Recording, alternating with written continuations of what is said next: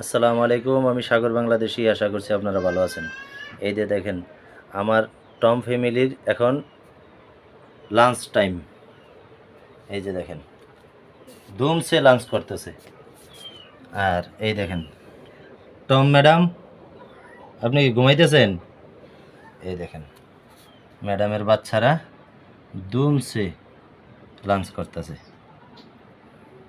Hello, hello. না, খবর নাই। আগে খানা পরে কথা। হুম হুম। কাজ চালিয়ে যাও, চালিয়ে যাও। ঠিক আছে।